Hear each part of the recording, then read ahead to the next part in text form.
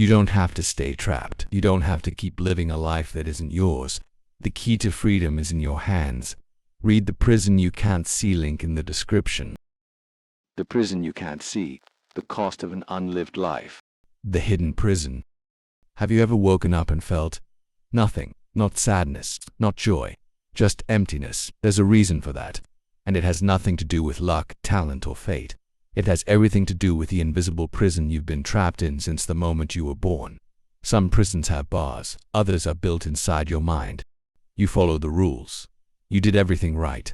So why does it feel like you're living someone else's life? Most people never question it. They wake up, go to work, pay their bills, move through the motions, and somewhere along the way, they stop asking if this is really the life they wanted. But there's always a moment, a tiny crack in the illusion, a second where you see the truth, and suddenly you can't unsee it. Daniel's story, the empty promotion. Daniel is 38 years old. He has a great job, a nice apartment, a stable life, everything he was told he should want. And yet, every morning he wakes up with the same thought: I don't want to do this anymore. He's not depressed, he's not ungrateful. He just feels nothing. It didn't start this way. As a child, Daniel knew exactly who he was. He wanted to create, to explore, to make things. But from an early age, he was given a different path. His father was an engineer, a practical man, the kind of person who valued stability above all else. When Daniel was young, he would spend hours sketching spaceships, designing imaginary worlds. His father would smile and pat him on the head. You'll be an engineer one day just like me. And Daniel believed him, because children believe what they're told. At first it didn't seem like a cage. It felt like love, approval, a path that was already paved for him. But as he got older, the expectations became more rigid. When he was 16, he started showing serious interest in art. His father frowned at his drawings.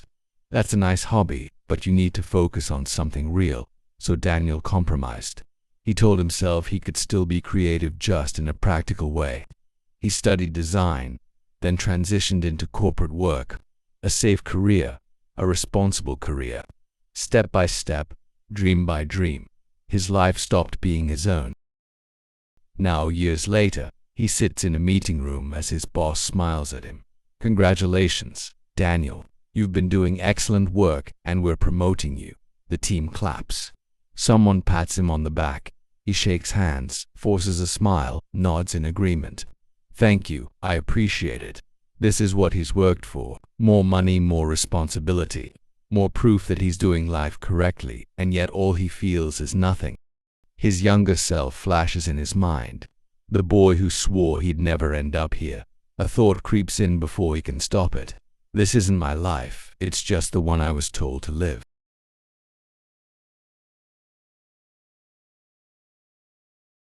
Elena's story. The Silent Passenger. Elena is 38 years old. Loving partner, supportive friends, a life that looks good on paper. And yet, she feels like she doesn't belong in her own story. She has spent years making the right choices, being the good daughter, the easy friend, the agreeable partner. She's built a life where everything looks fine from the outside, but inside she feels like she's watching from behind glass. It started in childhood. Her early years were happy, or at least, that's how she remembers them. Christmas mornings, family vacations, laughter, but memory is selective. It keeps the good and buries the pain. She doesn't clearly remember the night her parents had their worst fight. She only remembers waking up the next morning, and her father was gone. She wanted to ask why, to understand, to make sense of it. But no one explained. Her mother told her, everything's fine, sweetheart, don't worry. Relatives reassured her, you'll understand when you're older. No one asked how she felt. No one listened. So, she learned an unspoken lesson that day. Her voice didn't matter. Over time, she stopped asking for things, stopped expressing her feelings, stopped believing her opinions were important. At 16, she lost a close friend because she didn't speak up when something hurt her. At 30, she stayed in a relationship that felt safe but never felt right. And now, at 38, she is leaving the best relationship she's ever had. Her partner was patient, kind. He always asked her opinion, but she never really gave it. And when they finally decided to move, she convinced herself that she had made the choice too, but it never felt like hers.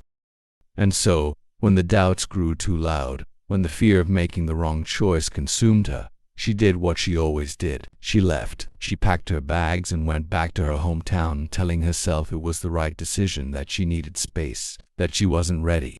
But now, sitting alone in the train station, staring at the departure board, she realizes the truth.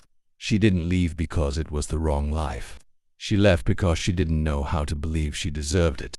And now, she's lost it. She watches the train pull in, knowing that the life she could have had is gone. And for the first time, she truly feels the weight of every moment she let slip away.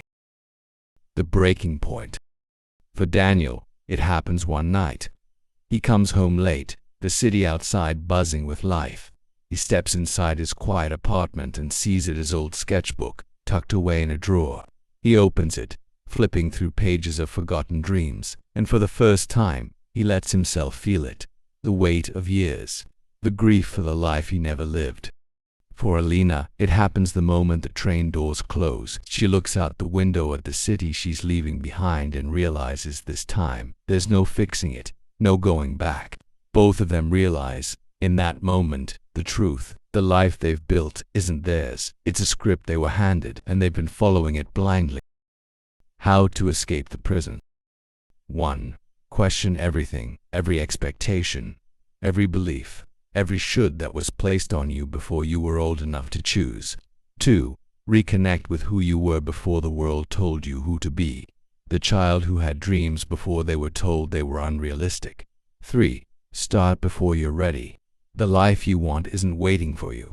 You have to build it, one decision at a time. Daniel picks up his old sketchbook, runs his fingers over it, feels the weight of time.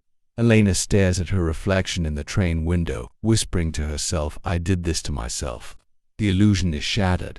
Now, they have a choice. They can either keep walking the same path, or finally decide to escape. Final thoughts. Most people die as a version of themselves that never really existed, but you don't have to. The prison isn't real, and the door has been open this whole time. The only question is, will you step through it?